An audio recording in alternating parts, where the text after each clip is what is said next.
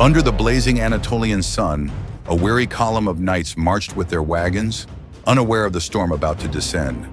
Suddenly, the ground shook and the sky darkened. Tens of thousands of Seljuk horsemen thundered down, unleashing a hail of arrows that turned day into night. Fires consumed tents, screams filled the air, and the Crusader vanguard stood on the edge of destruction. Yet they did not break. Shield by shield, line by line, they held against the storm. Hours passed in blood and fire, until at last, their reinforcements thundered over the hills. The hunters became the hunted. Surrounded on all sides, the mighty Seljuk army collapsed in panic, fleeing before the iron charge of the Crusaders.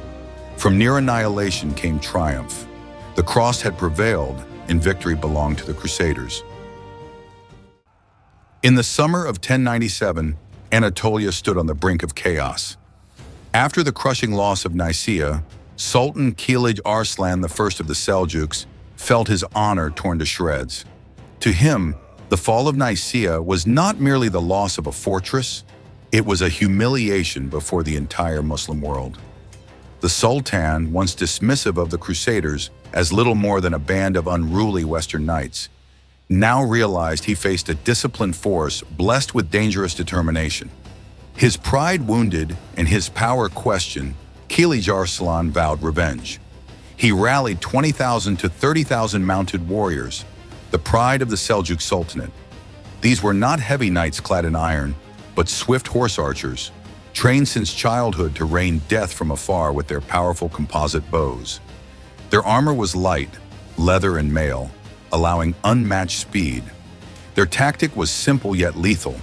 Strike fast, unleash storms of arrows, and vanish before the enemy's counterattack. On the open plains of Anatolia, speed was their greatest weapon. Across the battlefield marched the Crusader host, numbering around 35,000 to 40,000 souls. Among them were 4,500 to 5,000 heavy knights, men encased in steel who fought with long lances, broadswords, and unwavering faith. Behind them came infantry, lighter cavalry, priests, camp followers, and lumbering supply wagons. Their strength lay in discipline, steel, and faith, for these warriors believed they marched under the eye of God himself. Yet their weakness was equally clear.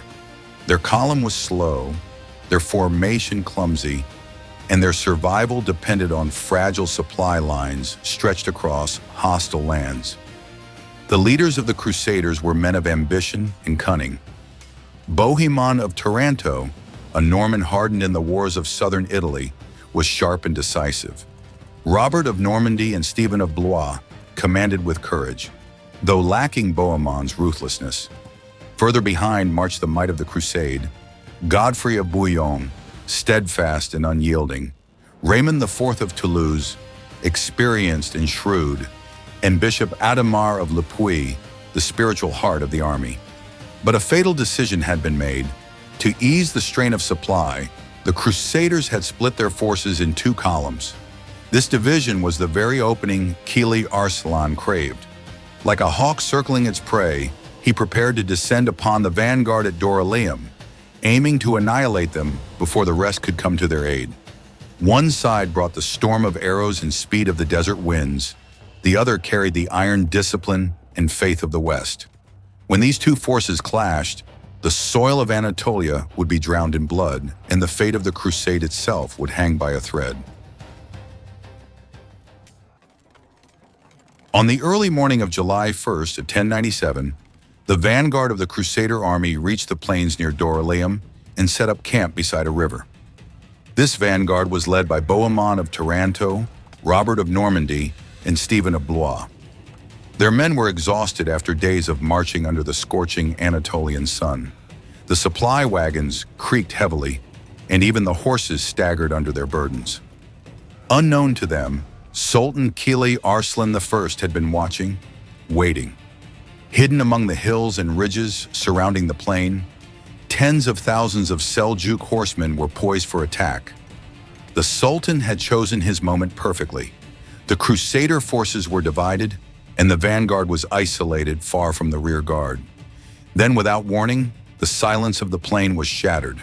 The ground shook as 20,000 to 30,000 Seljuk cavalry poured down from the hills. Their charge thundered like an avalanche, and before the Crusaders could react, the sky darkened. A storm of arrows whistled overhead, blotting out the sun. Men and horses fell in droves. The cries of the wounded filled the camp. The Seljuks fought with terrifying precision. They did not charge headlong into the Crusader lines. Instead, they circled the camp at speed, loosing arrows as they rode, then wheeling away before the knights could strike back. Fires broke out as arrows tipped with pitch and oil set tents and supply wagons ablaze. Panic spread. Civilians, women, children, and camp followers screamed as chaos engulfed the camp. Knights scrambled to mount their horses, infantry clutched their shields, priests prayed aloud. Everywhere, confusion reigned. But in the midst of the chaos, the Crusader commanders acted with desperate resolve. Bohemond ordered the knights to form a defensive line, shields locked together into a wall of wood and iron. Robert of Normandy rushed to protect the baggage train, shouting commands drowned out by the roar of hooves and screams. Stephen of Blois tried to rally stragglers, holding the line inch by inch. The Crusaders were badly outnumbered. Their formation wavered under the relentless rain of arrows, and each moment it seemed certain they would be crushed. Yet still they clung to their faith. To retreat was to abandon the cross, to break their holy vow. They stood, bloodied but unyielding, praying for the rear guard to arrive before it was too late. At Dorylaeum, in those desperate hours, the crusade itself seemed on the brink of destruction. The camp of the Crusaders was no longer a place of rest. It had turned into a furnace of terror and steel. Arrows rained down without pause, the sound of shafts striking shields like the pounding of war drums. Every few seconds, a scream pierced the air as another man or horse fell. The Seljuks fought like a storm. Their horsemen never stopped moving, circling the Crusader camp in endless waves. From afar, they fired arrow after arrow, the black cloud above growing thicker. Then, with terrifying swiftness, small groups would break off, swoop down, and slash with curved sabers before pulling away again. They struck like wolves, isolate the weak, overwhelm them, and vanish before retaliation. Inside the camp, chaos spread. Wagons burned as fire arrows struck, filling the air with choking smoke. Women and children screamed, pressed against overturned carts. Camp followers tried to flee, only to be chased by riders who cut them down without mercy. The Crusaders realized this was not only a battle for their army, it was a fight for their families, their very survival. Bohemond, his voice hoarse from shouting, ordered his knights to form tight lines. Shields overlapped, spears thrust outward. Robert of Normandy and Stephen of Blois scrambled to hold the supply train, knowing that if the wagons fell, starvation would finish them, even if the Seljuks did not. Every command was drowned out by the roar of hooves, the hiss of arrows, the screams of the dying. Time and again, knights tried to charge, lowering their heavy lances. With brutal force, they struck down Seljuk riders, armor smashing into leather and bone.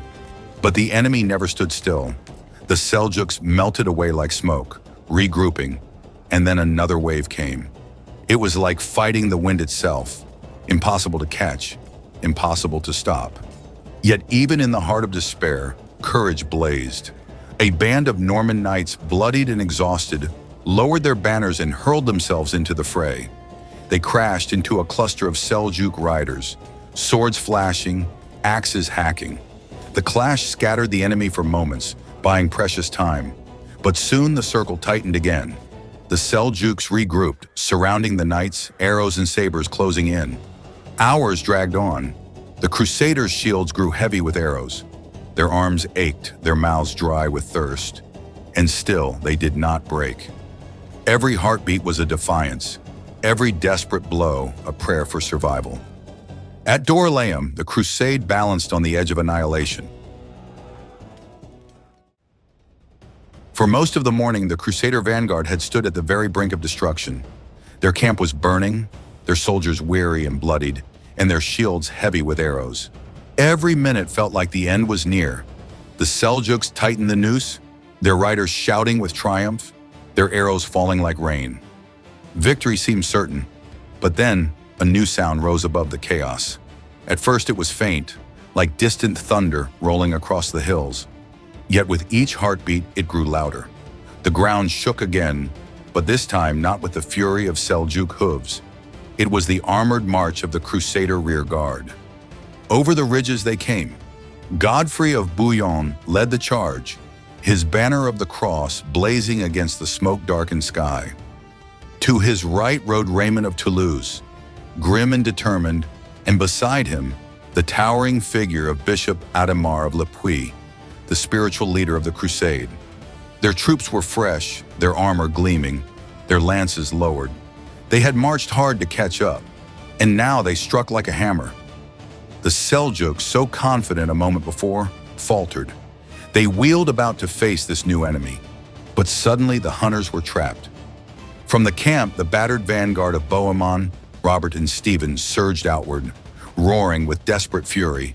From behind, Godfrey's knights thundered forward, their charge shaking the earth. It was as if the jaws of a great beast had closed. The Seljuk cavalry, once free to circle and harass, now found themselves pressed on both sides. Their arrows lost their sting when there was no room to maneuver. Crusader lances tore into their flanks. Shields clashed. Swords and axes struck with bone-crushing force. The plain of Dorylaeum erupted with chaos. Horses screamed, men shouted in terror, banners toppled into the dust. Panic spread like wildfire through the Seljuk ranks. The disciplined ferocity of the Crusaders, united at last, turned the tide in a single breathtaking moment. What had begun as near annihilation for the Crusaders now became the chance for triumph. At Dorylaeum, the balance of war shifted, not slowly but with the force of thunder. The battlefield of Dorylaeum was unrecognizable. What had begun as a carefully planned ambush had turned into chaos.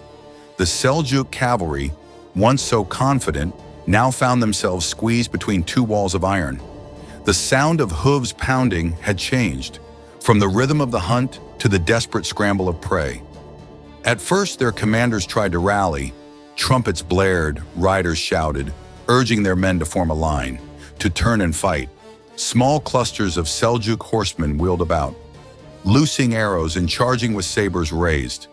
For a moment they struck back, blades flashing, arrows cutting down a few Crusaders.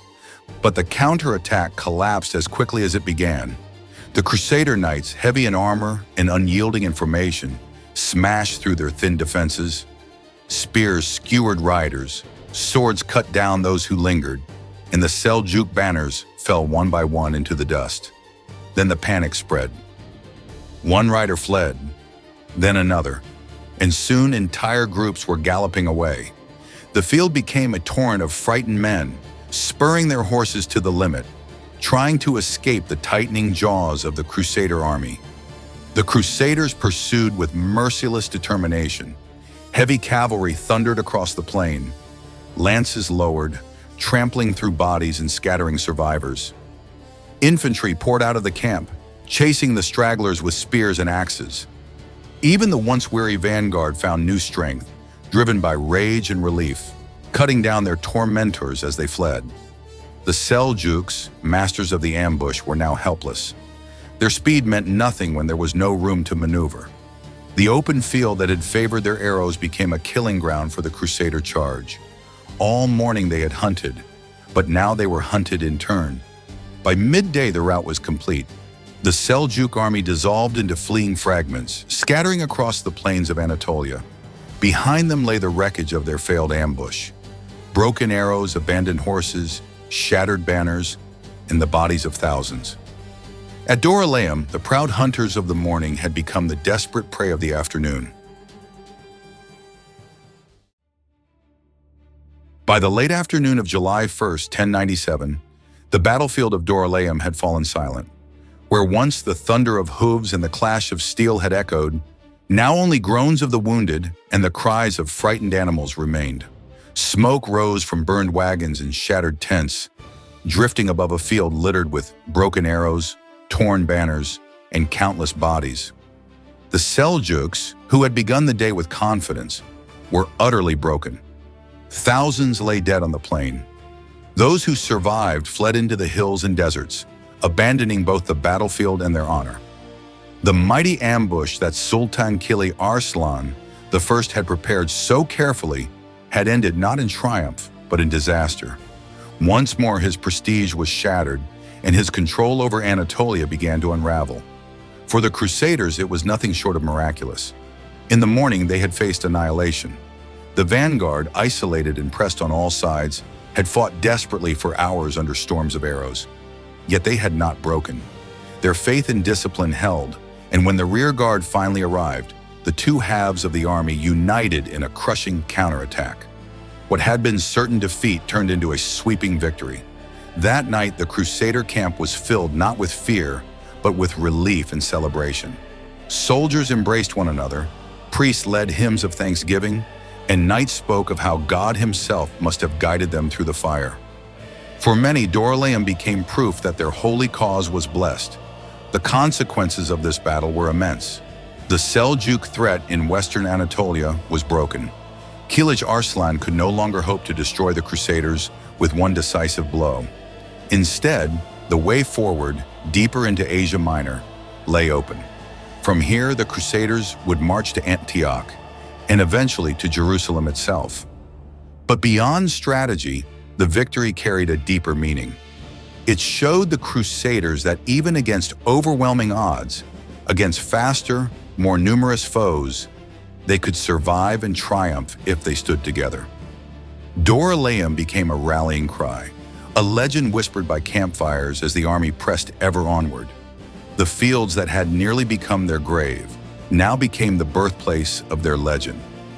At Dorylaeum, death had seemed certain, but from its shadow, the light of victory shone brighter than ever.